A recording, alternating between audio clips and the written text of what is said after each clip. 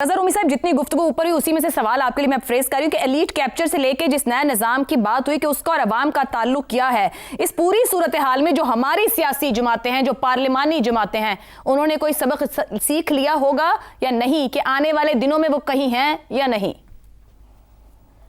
आयशा, बहुत मुश्किल सवाल है, लेकिन कोशिश करते हैं। देखिए, पाकिस्तान की जो सियासी अशराफिया है, जिनका कि अभी जिक्र भी हुआ, उनको कम से कम उनके लिए सबसे बड़ा सबक तो यही उनको मिला कि अगर उन्होंने इक़्तिदार में सरवाइव करना है तो वो किसका दामन थामे और किस तरह से वो अपना चाल चलन करें। ये तो बहुत पुराना सबक नहीं रजा साहब। तो बस वो 2000 कुछ मतलब ये 2025 में भी उनका वही सबक मिला, क्योंकि उसके अलावा अगर आप ये बड़ी बड़ी बातें इस वक्त हो रही हैं जमहूरियत की और आइन की और इंसानी हकूक की, तो उसके ऊपर तो देखिए कोई भी पार्टी जो है वो सीरियस नहीं है। वो सिर्फ जब इक़्तिदार से बाहर होते हैं तो उनको जमहूरियत भी याद आ जाती है, इंसानी हकूक भी याद आ जाते हैं, मिसिंग पर्सनस भी याद आ जाते हैं, 1971 भी याद आ जाता है। लेकिन जो भी वो इक़्तिदार में आते हैं तो फिर वही एक ही प्ले बुक होती है और वो आपको पता है क्या है। मेरे ख्याल से पाकिस्तान का 2025 का अगर जायजा लिया जाए तो उसमें दो ही बड़ी थीम्स नजर आती हैं। और वो सबसे पहली तो जो जिसका जिक्र आपने कर दिया, बैनुल अक़वामी तौर पे जो पाकिस्तान को बेमिसाल कामयाबियां मिली हैं, उनकी नज़ीर हालिया सालों में नहीं मिलती। चाहे वो अमेरिका से ताल्लुकात हों, मिडिल ईस्ट में पाकिस्तान का बढ़ता हुआ रोल और जिसे कहा जा रहा है नेट सिक्योरिटी प्रोवाइडर का रोल हो, वो बहुत बड़ी डेवलपमेंट है। पाकिस्तान और चीन के जो दिफाई ताउन है उसके ऊपर भी वो मोहर सब्त हुई और दुनिया ने उसको एक्नॉलेज भी किया और दुनिया ने एक्सेप्ट भी कर लिया है। यानी कि उनको कोई बड़ा जिसे कहते हैं पाकिस्तान से शिकवा या शिकायत नहीं है कि उनका चीन के साथ किस तरह का इत्तेहाद है। तो और फिर आप देख लीजिए कि जो ट्रंप है, जो दुनिया का सबसे ताकतवर सदर है, वो पाकिस्तान के फील्ड मार्शल को और वजीर आजम को बारहा उनका जिक्र करता है, तारीफ करता है। तो ये कामयाबी बिल्कुल है, इसको क्यों हम डिनाई करें और क्यों हम 2025 के आखिर में यही कहें कि बस जी हर चीज़ बुरी है, हर चीज़ तबाह हो गई है। और दूसरा सबक क्या है? बिकॉज सबक तो कोई नहीं सीखता पाकिस्तान में।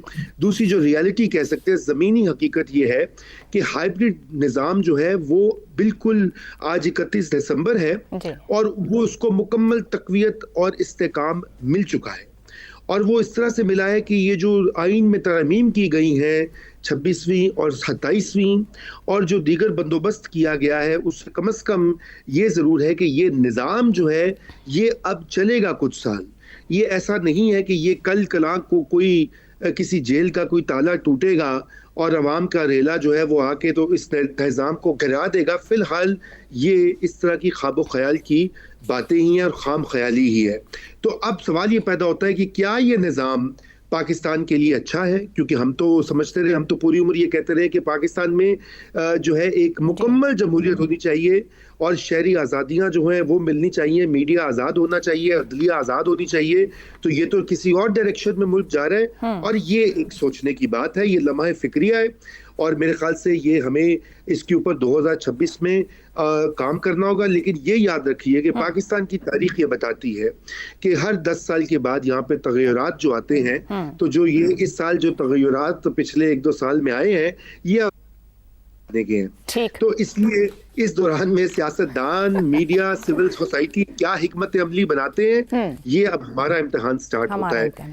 ठीक हो गया, तो गुफ्तगू कंक्लूड करते हैं कि कोई सियासी सबक नहीं सीखा। भले ही 2025 का सूरज गुरूब हो गया हो, मगर हमें तलाश है जमहूरियत की और सियासत की इस मुल्क में, क्योंकि बिना सियासी इस्तेहकाम ना तो मुआशी और ना ही खारजा सतह पर इस्तेहकाम देरपा और तवील मुद्दत हो सकता है। साल का आखिरी दिन सिर्फ कैलेंडर बदलने का नाम नहीं, बल्कि ये एक वक्फा और मौका है कि हम पीछे मुड़कर देखें, खुद से सवाल करें और सीखने की गुंजाइश तलाश करें।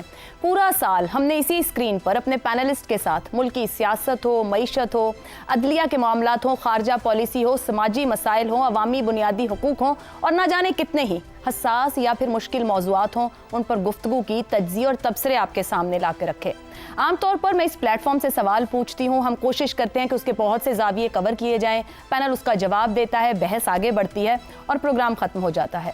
मगर आज इस रिवायत को थोड़ा सा बदलना चाहते हैं। रिवायती पैटर्न फॉलो करने के बजाय हम इस सेगमेंट में अपने पैनल से ये जानना चाहेंगे कि पूरा साल मुख्तलिफ और बाज़ औक़ात मुतनाज़े मौज़ूआत या यूँ कहा जाए कि मुश्किल मामलात पर बैठकर बात करने का उनका तजर्बा कैसे रहा।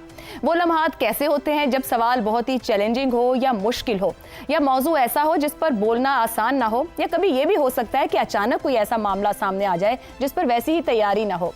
जब एक पैनलिस्ट दिल में कुछ सोच रहा हो कि मैं ये नुक्ता पहले रखूंगा, मगर वही बात कोई और पहले कह दे, तो अंदर की कैफियत क्या होती है। कभी बहस के मौज़ूआत रिपीट लगें, कभी वक्त कम हो, कभी एडिटोरियल पॉलिसी रुकावट बन जाए, कभी टॉपिक की नज़ाकत या कोई दूसरा पैनलिस्ट आपके मौक़िफ़ के बिल्कुल ही खिलाफ बात कर दे या आपकी बात को चैलेंज कर दे। इन सब के दरमियान एक पैनलिस्ट खुद को कैसे संभालता है, ये भी जानना मकसूद है कि बतौर टीम किस तरीके से मज़ीद बेहतरी की जा सकती है ताकि इस सफ़र और हमें देखने वालों के साथ जो रिश्ता है उसे मज़ीद मजबूत बनाया जा सके। कोई ऐसा मशवरा जो हमें अगले साल यानी 2026 में मज़ीद बेहतर बना सके, कोई ऐसी बात जो शायद ऑन एयर कहना मुमकिन ना हो मगर आज के दिन कही जा सकती हो, और सबसे बढ़कर कोई ऐसा पैगाम जो नाजरीन के लिए हो जो साल भर ये सब हमको देखते, सुनते और बर्दाश्त करते हैं। तो आज का प्रोग्राम एहतसाब भी है, एतराफ़ भी और सीखने का एक मौका भी, क्योंकि साल के आखिरी दिन सबसे कीमती बात शायद यही है कि हम सब सच और इख्तिलाफ को ना सिर्फ सुने बल्कि कबूल भी करें, क्योंकि यही स्ट्रेट टॉक है। शहजाद साहब, तो स्ट्रेट टॉक के साथ ये साल कैसा रहा? आप मुस्तकिल हमारे पैनलिस्ट हैं, साथ मौजूद हैं। कौन सा मामला या इशू आपको मुश्किल लगता है या किसी इशू पे चैलेंजिंग महसूस होता है? अच्छा, ये भी कहिएगा कि पहले बात करना आसान होता है या आखिर में बात करने को एक्सप्लेन करना ज़्यादा आसान हो जाता है? अच्छा, पहली बात तो ये है कि आपके इस पूरे साल का ये जो सवाल है ये सबसे मुश्किल सवाल है और उसकी वजह मैं बताता हूँ। उसकी वजह ये है कि एहतसाब किसी के बस की बात नहीं है। एहतसाब शायद हमारा सिर्फ अवाम करते हैं। हम किसी की, मैं अपनी बात करूं, मैं किसी पलड़े में तुलने के काबिल अपने आप को नहीं समझता। मैं समझता हूं कि लेकिन उसके बावजूद कोशिश हम अपनी पूरी करते हैं कि जो सवाल उठाया जाता है उस सवाल को क्या हम बेहतर तौर पे जवाब दे पाए या नहीं दे पाए। तो जो मैंने समझा, जिस तरीके से सवालात आए और सवालात बहुत मुश्किल भी आए, एक चीज कहूंगा, मेरी उर्दू बहुत अच्छी हो गई है। अच्छा। क्योंकि मुझे जब अल्फाज का चुनाव करना पड़ता है और इस तरीके से करना पड़ता है कि किसी तरीके से बात कह भी दूं और किसी को बुरी भी ना लगे, जब आप इस तरीके से बात करते हैं तो मेरा ख्याल है कि आपको थोड़ी सी कोई तख्लीकी अमल से गुजरना पड़ता है। मेरी उर्दू बहुत अच्छी हुआ करती थी जब तक मैंने एयरफोर्स ज्वाइन नहीं की, और मैं 1900 कब से 71 से पहले 70 तक की बात कर रहा हूँ। मैं उर्दू अदब पे ही पला था, उर्दू ही लेके चला था, लेकिन जिस फिर पेशे में चले गए, फिर वहां से उर्दू आहिस्ता आहिस्ता कमजोर हो गई और फिर हमारे और जुबान जो थी वो सामने आ गई। बाहर सूरत बड़ी खुशी होती है इतने काबिल लोगों के बीच में बैठ के आपके मुश्किल सवालात का जवाब देते हुए। एक चीज जरूर पेश नजर रहती है कि जो बात की जाए, जहां तक सच नजर आती है और जहां तक समझता हूं कि दुरुस्त है।